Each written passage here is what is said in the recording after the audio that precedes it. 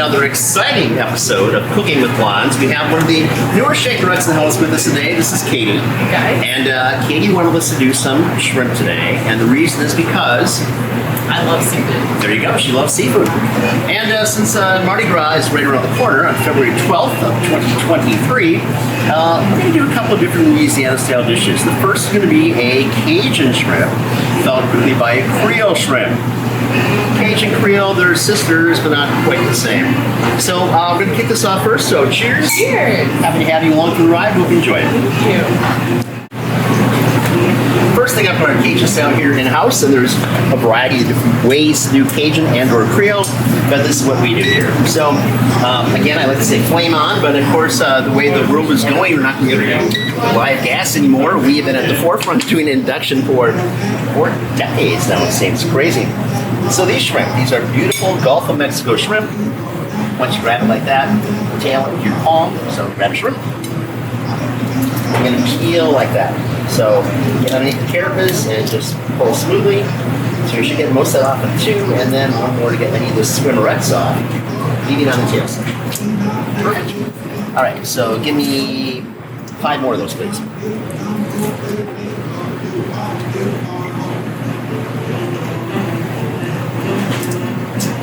Meanwhile, I've got a pan here, and we're gonna get to heat up a little bit here. And if I may reach in front of you, just some extra virgin olive oil.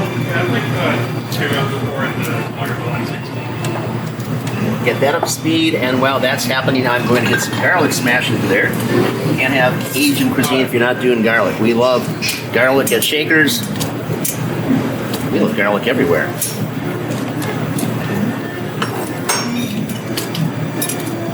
So again, I like to smash the garlic first, and then I'll just toss this in exactly as is here.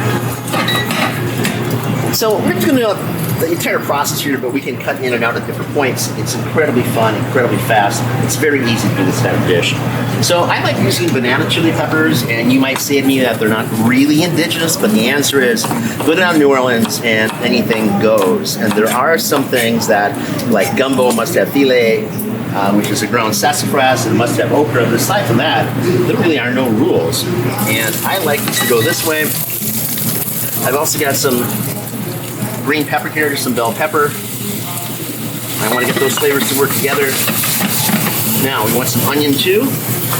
So we're not going for the holy trinity here. We're not doing a mirepoix. A mirepoix is the French basis for everything that's equal parts of carrot and celery and onion.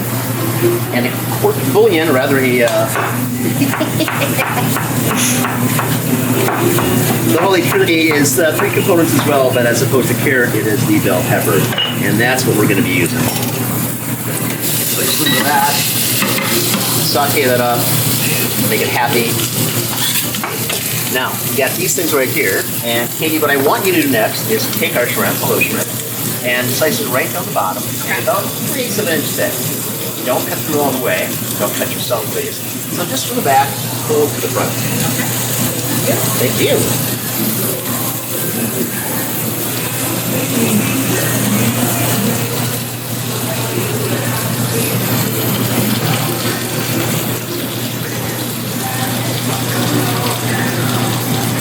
So in the pan over here, we've got some very simple red beans and rice. Mighty nice those red beans and rice. And this is, again, a staple at Shakers forever and a day.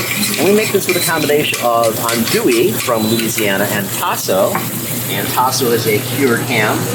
And slow cook this. It's a laundry day style, which takes hours and hours to cook, get the flavors together. I like to maintain the starchy component of, well, both of the rice and of the beans, so we don't rinse those off. Just let them work together. Now, in typical Louisiana culture, you've got something back in the bayou where people are literally, Monday is their day to clean, it's laundry day. Cleaning the house, especially cleaning clothes, and along with that, they just have this simmering all day long. It's incredibly nutritious, incredibly fun. It's a great filling dish. So this is moving ahead pretty nicely. And right about now, our shrimp will be ready to go. Right? Yeah. There you go. Having fun with that? I am. It's like you've done this before. Okay, so these are pretty darn clean. If they weren't, we have to take out the sanding, which could either be the Tesla craft or it could be the roe. highly priced in some places. I would cut this a little bit deeper. We're gonna stand them up. So first, we're gonna take this as our own Cajun blend that we have sold actually for years across the country and beyond. It's Bobaloo's Foods. It's a simple little Cajun rub.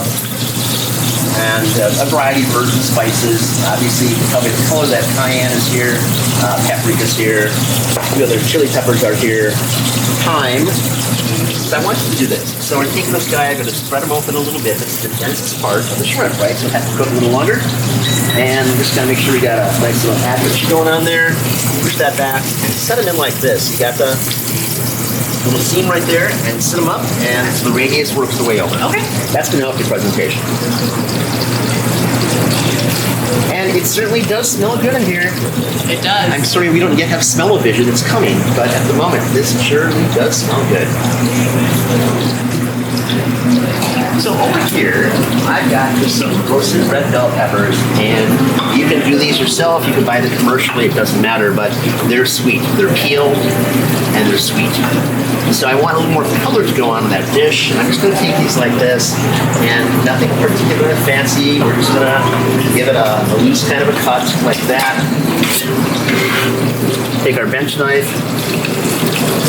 We talked about this before in different episodes. The bench knife really was designed for the pastry industry, and it really is a great cooking tool that we use it. I use it every day that I cook, and I think that if you get familiar with that, it's far easier than just taking a knife. Straight with a knife, you got a broader surface. It works better. It's more efficient, and you got to think about hygiene all the time as well. So these are dusted. They're laying up in there. They're happy. We're happy. Everyone's happy. You're happy, right? I'm very happy. Okay, try to grab your glass of wine, whatever that might be, and have another hit of that. While that's taking place, and then a little maintenance here, it's important that we have a clean surface at all times. Oof.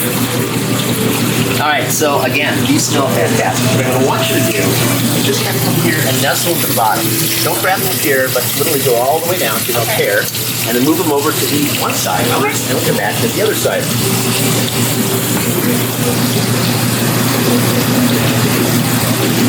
So Katie, have you been to New Orleans?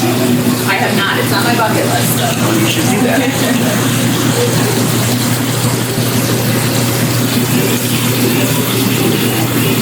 So in my mind, must-stop restaurant is Jacquemus. And right after that, probably Joey K's, and there's all sorts of other things. There's obviously hundreds of years of tradition there, but Jacquemus is very unpretentious with phenomenally flavored food.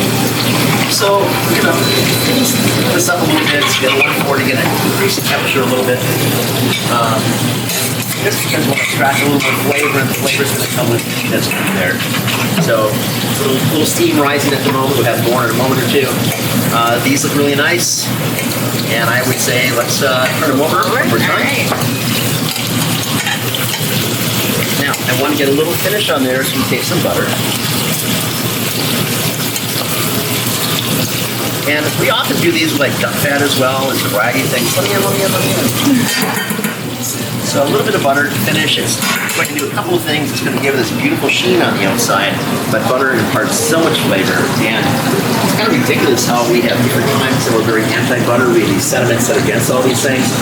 The reality is, it's good and good for you. So the more people should get into it. Okay, now that's what you're going to do. Move it around like that. And I have a good visual on the shrimp, so make sure that everything is cooked all the way through. You can see this guy right here needs a little more attention. So we've overlooked this quite a bit with the veggie component. Feel free to move that around as that if you need to. There you go. So how often do you cook at home? Maybe once a week. I'm slowly getting into it a little bit more. Okay. So we should have you back here on a variety of things and get you involved with it. So when you do cook, what do you like to cook? I have recently been into trying vegan dishes, but I also really like to cook salmon. So I cook a lot of salmon. Yeah. So I really like trying new things, and but seafood is definitely my favorite. Good for you. Definitely is. All right. So how do you think we look? Looks pretty good. Okay, so I agree with you. What we don't want to do is you overcook the shrimp so it's like latex, throw it against the wall. It's not just Milwaukee, but a lot of restaurants just don't have the love for the food that they ought to, or the cooks just don't care, and they overcook the bejeebers out of things. And we do a lot of alligator as well here, and alligator is one of those things that is very unforgiving. The protein sees up, and it's just terrible. Which is if you go to a state fair or something, and they're featuring unusual exotic meats, and they got alligator, don't even waste your time. It'll turn you off to alligator. So, let's do this on a white plate today. And we have a variety of different presentations that we could do. My recommendation, always, of course, start her off the bottom, get it up here. And what I'd like you to do is give us just a bar. So maybe like that. So 4 inches by 1.5 inches, 2 inches, just here. Kind of like that to start. Okay. That all going to happen at 1. And then build it up as one straight little bar. Okay, sure. Cool, thank you.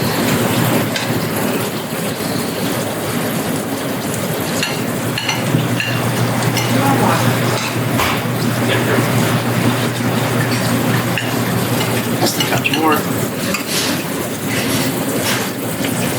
Cool. So to some degree, that's going to be varied by the veggie component that we've got going on here. Now, we often use a remoulade here as well, which is Dijon mustard and mayonnaise and a few herbs and spices, and it's really flavorful, but I think sometimes it can overpower the shrimp, which we don't want to take place. So what I want you to do, Katie, is just take this, and I'm going to set one right here kind of in the center, and then work these on either side of this. Okay. Then, the greens, whatever, we're just going to take and put over the top here to cover this portion of it. Okay, cool.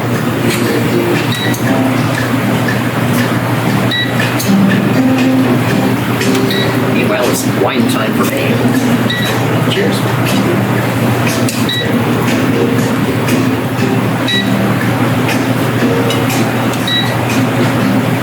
So there's one thing that we don't have going on in this dish that we often use, and that's tomatoes. And you might ask me, why is that? And I'd say, well, the reason is because, I don't know, fighting back. And the reason is because tomato is much more of the Creole side of things than it is the Cajun side of things. There is crossover. So that's one way, or we can do. We'll pretend I know what I'm doing. So, and it's sometimes just that. So what we like to do here is we can have like 4 on one side or 5 on one side. And because we've got more shrimp, we obviously want to work both sides of that. That's cool. And we'll come back and we'll clean that up anyway. So go ahead. And then what I want you to do is to take it just like that and lay this right in the center. Okay. So get a little shaky first, get some of the juice off of there.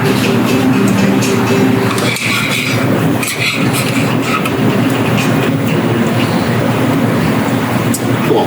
Now, since we have something called mak chow, which is right in front of you, frankly, get down to Argentina, they've got their own corn relish as well. A lot of societies and cultures do. This is a Cajun style, and again, mak chow, and it's just a nice little counterpoint to what you have going on here. So, if you think about the early days with the bayou, and people there are really sustenance cuisine is anything that they can capture, catfish, gators, lizards, whatever the case might be, is what they're eating. They have access to corn as well, onions, that's what they're going to do. So this is what this dish looks like. And again, you can make it any way you want. A little salt just because we can. Katie doing a Cajun garlic shrimp with red beans and rice and a little mak chow as well. And in a moment, she'll be tasting that and tell you how glamorously it tastes. Cheers.